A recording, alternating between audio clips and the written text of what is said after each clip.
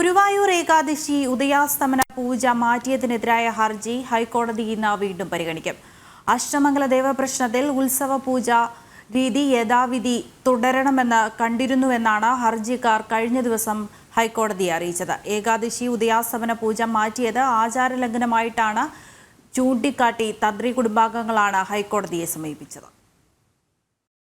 ഗുരുവായൂർ ഏകാദശി ഉദയാസ്തമന പൂജ മാറ്റിയതിനെതിരായ ഹർജിയിൽ വിശദമായ വാദമാണ് ഹൈക്കോടതി ദേവസ്വം ബെഞ്ച് കേൾക്കുന്നത്. ഉത്സവം പൂർവാചാര പ്രകാരം തുടരണമെന്നായിരുന്നു 2015 അഷ്ടമംഗല ദേവപ്രശ്നത്തിൽ കണ്ടത്. ആചരണാധികൾ യഥാവിധി തുടരണമെന്ന് 2018 ദേവപ്രശ്നത്തിലും കണ്ടു. ഉത്സവ പൂജാരീതികളിൽ മാറ്റം വരുത്തിയാൽ ദേവചൈതന്യം കുറയുമെന്നും ഹർജിക്കാർ ഹൈക്കോടതിയിൽ ഇന്നലെ വാദമുന്നയിച്ചിരുന്നു.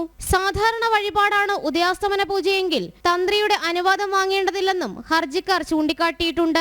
ഏകാദശി ഉദയാസ്തമന പൂജ മാറ്റിയത് ആചാരലംഘനമാണെന്ന് ചൂണ്ടിക്കാട്ടി തന്ത്രി കുടുംബാംഗങ്ങളാണ് ഹൈക്കോടതിയെ സമീപിച്ചത്. അതേസമയം ഏകാദശി ഉദയാസ്തമന പൂജ മാറ്റിയത് തിരക്ക് കണക്കിലെടുത്തും ശ്രീകോവിൽ അടച്ചിടാതെ ദർശനം സുഗമമാക്കാൻ വേണ്ടിയാണെന്നുമാണ് ഗുരുവായൂർ ദേവസ്വത്തിന്റെ നിലപാട്. ഉദയാസ്തമന പൂജ വഴിപാട് മാത്രമാണെന്നും ആചാരമല്ലെന്നും തന്ത്രി അഭിപ്രായപ്പെട്ടിരുന്നുവെന്നും ചൂണ്ടിക്കാട്ടി ദേവസ്വം സത്യവാങ്മൂലവും സമർപ്പിച്ചിട്ടുണ്ട്.